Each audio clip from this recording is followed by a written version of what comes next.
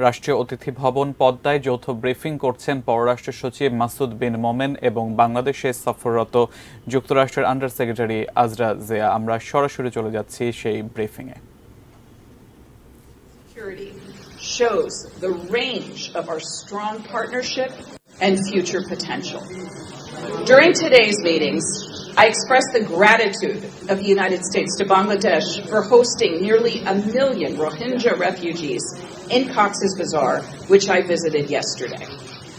The United States has provided more than $2.1 billion in humanitarian assistance to support refugees and host communities in Bangladesh and the region since August 2017. To that end, I am proud to announce that the United States is providing more than $74 million in additional funding to support humanitarian response efforts in Burma and Bangladesh. This includes nearly $61 million to support Rohingya internally displaced in Burma, as well as Rohingya refugees living here in Bangladesh and Bangladeshi host community members. The United States urges continued support by other donors and potential donors, and we support efforts to create the conditions for eventual, safe, dignified, informed, and voluntary return of Rohingya, conditions that do not currently exist. In my meetings with the government of Bangladesh partners today, we also discussed the need for free and fair elections, the ability of journalists to report the news without fear of retaliation or intimidation, collaboration to combat trafficking in persons, and the vital role that civil society plays in democracies, advancing respect for human rights and fundamental freedoms, including freedoms of expression and association. A prosperous future depends on strong and democratic institutions and the broad participation of Bangladeshis in elections and the governance of their country. The United States looks forward to continued collaboration supporting an inclusive, democratic Bangladesh in which all the people of Bangladesh can thrive. Thank you. Excellency, my name is Wahid Azaz. I represent Bangladeshi Khobor. So my question firstly directly to our Foreign Secretary Masood bin Momen and the party other secretaries here. As we witness when you US appreciate Bangladesh's generosity for hosting Rohingyas, but unfortunately we are overstayed by the Rohingya refugees as there is no headway in the repatriation.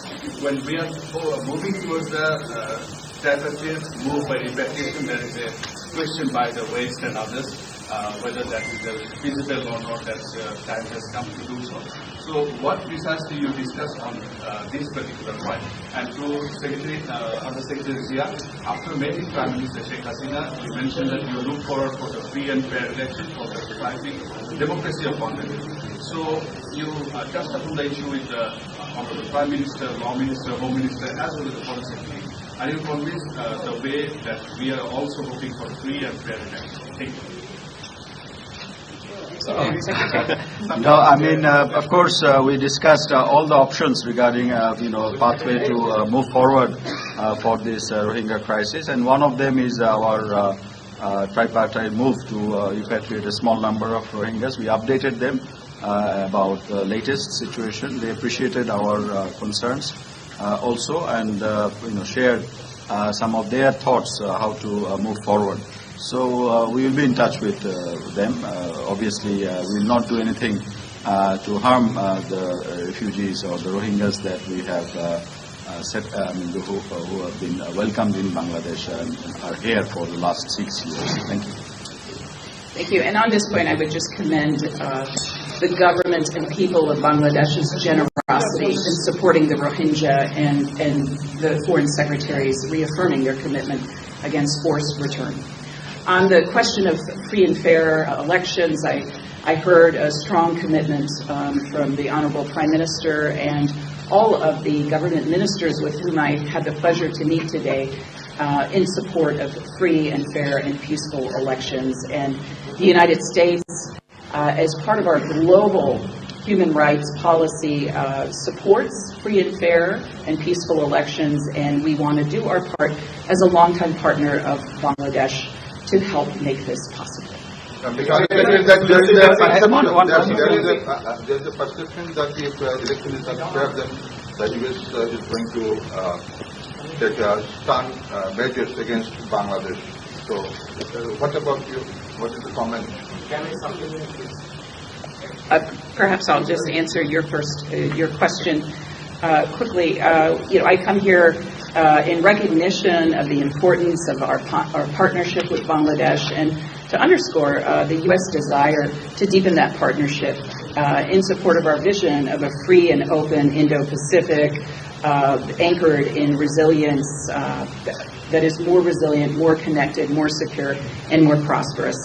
So I would say I would not characterize the discussions as you described them, and I think we had a constructive, productive, and engaging discussions. And I would say yesterday we witnessed large political rallies that were thankfully free of serious violence, and I think this is a good harbinger that we would like to see replicated. Thank you. This will be the last one. The two opposition parties, the two major parties are in two colors about the election time government. And they even declined to sit in a dialogue. What is your position about holding a dialogue between the two parties? Do you have any initiative to make any dialogue with the political parties? I would say that the questions of the timetable of the elections, that is for Bangladesh to decide. We are all for dialogue, but we do not have any direct involvement in what you described. Thank you. Thank you.